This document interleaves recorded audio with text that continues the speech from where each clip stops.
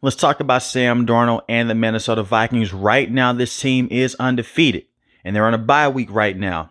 They went out there, they beat the New York Jets. They beat the New York Jets in such good fashion that the Jets went out there and they fired Robert Saleh. It's a joke, by the way, but they did get a coach fired. So that's a great win for the Vikings. But at the same time, I do want to start off with some negatives. The last 2 weeks have not been great in the second half. They only scored 3 points against the Green Bay Packers in the second half, and they only scored 6 points against the Minnesota Vikings in the second half. They had to be more consistent. In the first half, they're all guns blazing. Sam Darnold looks phenomenal. Everything is going right. And then in the second half, things just don't go into their favor. And I do understand in the Packers game, it was a muff punt, and they put Jordan Love right in scoring position. They went right there. They got a touchdown. But still, they have to be consistent all the way through. They have to play the first, second, third, and fourth quarter in order to win these games, to close out. I also look at it from this standpoint with the Minnesota Vikings. Aaron Jones is dealing with a hip injury. This was the perfect time to have a bye week. It's a very early bye week, but you'll take that. The run game with and without Aaron Jones is night and day. Aaron Jones is the best running back on this roster by far, and they need him moving forward. When I look at Aaron Jones, he has 7 carries for 29 rushing yards. As soon as they put in Ty Chandler, he only averaged 2 yards to carry against the New York Jets. And not only just that, on the season, Ty Chandler is averaging 3.5 yards a carry, 147 rushing yards off of 42 carries. And it's not me saying that Ty Chandler is a terrible running back. He is clearly not ready to be the main focal point of the backfield. That is Aaron Jones. And what concerns me is the fact that Aaron Jones has dealt with injuries over the last couple of years. That's why the Green Bay Packers moved off of him, was because they wanted to bring in a guy like Josh Jacobs that had a lesser injury history. When you look at Aaron Jones, was a very good running back for the Packers, especially in the playoffs, but health is the only thing. And he's considered to be week to week with that hip injury. I hope that's the case. He has been a main reason to why Sam Darnold has been able to have the success that he's having right now. You go back to the Giants game, he ran wild. You look at week number 2, he ran wild as well. When they went against the Green Bay Packers, he was running all over the place. And he also made a crazy catch against the Minnesota Vikings as well. He's a very good running back, and he's an underrated running back. I know that we get caught up into the Justin Jeffersons and the Jordan Addisons of the world with the Minnesota Vikings, but we've seen this team before underneath Kevin O'Connell. When they do not have a consistent run game, the entire offense does look different. I also look at Sam Darnold.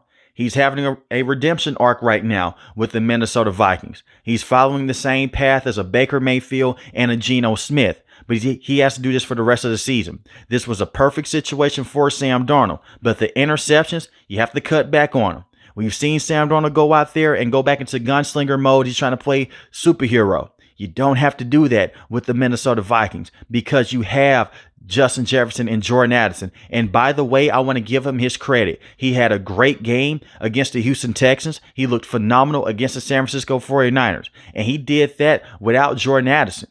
Jordan Addison only played in the New York Giants game up to that point, and he hurt his ankle. Obviously, he got to play the last 2 weeks. He has looked phenomenal. He's a true number 1 wide receiver in the NFL, but he's playing alongside one of the best wide receivers in the NFL in Justin Jefferson. But when I look at Sam Darnold, 11 passing touchdowns, that's good. That's tied for the second most in the NFL. But those interceptions, got to dial back on them. And I look at this from this standpoint as well. Sam Darnold's taking a lot of hits inside the pocket, and he's not looking the same. Look at what happened in the Houston Texans game. He takes a huge hit, hurts his knee, he comes back into the game. Against the Minnesota Vikings, when he got clocked, he didn't look the same after that. He has to do a better job. Just let the play die, throw the football away. And he's done that in the past. But at the same time, he'll go back and do plays like how he was doing and making mistakes with the New York Jets. You just don't want to see that. But Sam Darnold has played very well. And I do believe that this is the most complete and the most dangerous team in the NFL right now. When I look at the Kansas City Chiefs, yes, they have Patrick Mahomes. They have Andy Reid. Those wide receivers are still going to be a problem. When I look at the Minnesota Vikings, as long as Aaron Jones is able to stay healthy, you have a strong run game, a very good receiving core, an offensive line that's very solid from tackle to tackle, and a quarterback that has a huge arm and is very athletic. Sam Darnold did not get the right development with the New York Jets and with the Carolina Panthers. He basically went through hell. The only time he got true one-on-one coaching and could just go out there and thrive is when he was the backup quarterback with the 49ers underneath Kyle Shanahan, and he was sitting behind Brock Purdy. Now he comes over to Kevin O'Connell. They have the weapons. They can beat you all over across the field, and they're doing it on a weekly basis. And not only just that, they have more weapons than just Justin Jefferson and Jordan Addison. You also have Brandon Powell as well, and Jalen, who is a very good speedy wide receiver. They have Josh Oliver at the tight end position, but they're waiting for someone to come back in that tight end room, and that's big TJ Hockenson. TJ Hockenson is one of the best receiving tight ends in the NFL. He's still recovering from that torn ACL that he suffered last season. This offense will get a major boost in the next couple of weeks because he's expected to make his return in the next couple of weeks. He is a great tight end, and he's going to be a very good safety blanket to have alongside Sam Darnold. That gives them another weapon that they're going to desperately need as the season progresses and as the season gets longer, as the season gets shorter. When you look at the Minnesota Vikings defense, this is the best unit because of Brian Flores. He's the former head coach with the Miami Dolphins. He was a former linebacking coach with the Steelers. He continues to coach his defense this way for the rest of the season. He's going to be a head coach yet again. This defense has been great. When we go back a couple of years ago, when they went out there, they went to the NFL playoffs, they lost to the New York Giants in the wild card round. Their defense was horrible. They could not get a stop. It was all on Kirk Cousins and the weapons. That was it. And Coach Ed was a terrible defensive coordinator. Now I look at him. You have a quarterback that can go out there and put up 25 plus points in the game with the weapons that they have. You have that run game, but you now have a defense. This may be the best defense that Kevin O'Connell has played with in his short tenure with the Minnesota Vikings. You look at these players, it's more than just Jonathan Grenard. It's more than just Dallas Turner and Andrew Van Ginkel.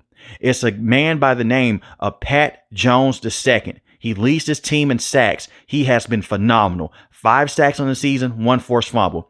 Andrew Van Ginkel has 2 pick sixes this season. 1 against Daniel Jones, 1 against Aaron Rodgers. And he's a former linebacker for the Miami Dolphins. He was a part of the team when Brian Flores was a head coach, and he drafted him for a reason. He's the best linebacker right now that they have. And you look at Dallas Turner. They had him in the first round.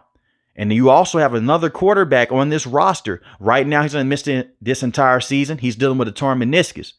But when you look at JJ, there's going to be a very interesting conversation. I'll say more about that later in the video. But you have Dallas Turner. Only has 1 sack on the season. He did miss some time with an injury. Right now, he's 100% healthy. You look at Dallas Turner. He has potential to be one of the top edge rushers in the NFL coming from Alabama. And he can fit all over across the defensive line. You also look at Harrison Phillips, very good run stopper. The same with Jerry Tillery as well. These are very good players. And Brian Flores is one of the best defensive minds in the NFL. He'll go out there, he'll fake a blitz. He'll have guys go one direction of the offensive line. They'll blitz you from the other direction. And he has those veteran guys on the back end as well with Byron Murphy Jr., who was a solid cornerback from last season, and Cameron Bynum, who was a very good safety as well. They also have Shaquille Griffin at the cornerback position. Stephon Gilmore was an underrated signing, and they got him late in the free agency period. It seems like he was going to be a free agent all the way through. The Minnesota Vikings go out there, they bring him in. He had a crazy interception against Aaron Rodgers and the New York Jets. The thing is, this was Stephon Gilmore. He's always been a very good corner, and he's the #1 cornerback right now with the Minnesota Vikings. I'm not saying that he's the same Stephon Gilmore that he was with the New England Patriots when he was Defensive Player of the Year, but you look at Stephon Gilmore, he hasn't lost a step. He is still a very good cornerback in the NFL. And I do believe that he was in a tough situation with the Dallas Cowboys. He comes over to the Minnesota Vikings. He knows his coverages. He's a veteran, and he can still stick with some of the best wide receivers in the NFL. And you're not going to have all day to sit inside the pocket because Brian Flores, he's going to send a blitz when you least expect it. And he did the same thing with the Miami Dolphins. I remember when the Dolphins were going against the Baltimore Ravens, you had a rookie Tua Tagovailoa. This man blitzed Lamar Jackson the entire game, and Lamar Jackson continued to get frustrated over and over again. So the Minnesota Vikings don't have to go out there and score 30 points in the game and win shootouts because the defense is going to have their back, but their offense is going to have to be better in the second half. This defense has been phenomenal all the way through. They forced Jordan Love to go out there and throw 4 interceptions in a game. And that's just crazy to think about because that's one of the best quarterbacks in the NFL, especially based off what he did in the back half of last season. I will say their toughest competition is two teams in this division. It's the Detroit Lions and, yes, still the Green Bay Packers. They had a huge lead against the Packers, but they still won that game by 2 points. You do not want to see that happen when you have a huge lead over a division rival. Now, they only had to face them one more time this season, and they did that at Lambeau Field. The next time that they will see the Green Bay Packers will be in Minnesota. So we'll see what happens then. But right now, the Minnesota Vikings, they look like a true threat in the NFC. I'm not going to say they're massive Super Bowl contenders because we're still early in the season. But as long as they can stay healthy, they're going to be a very tough team to beat moving forward. I don't expect for them to go undefeated. But right now, the Minnesota Vikings look very good. And I feel very happy for Sam Darnold. Because when you look at the situation, this man's been through hell. From the New York Jets to the Carolina Panthers. Basically, they wrote him off. And we're seeing a lot of quarterbacks get a second chance in the NFL. Maybe he'll have next up with Geno Smith and Baker Mayfield and making making the Minnesota Vikings a long-term stay. But it's just not that easy.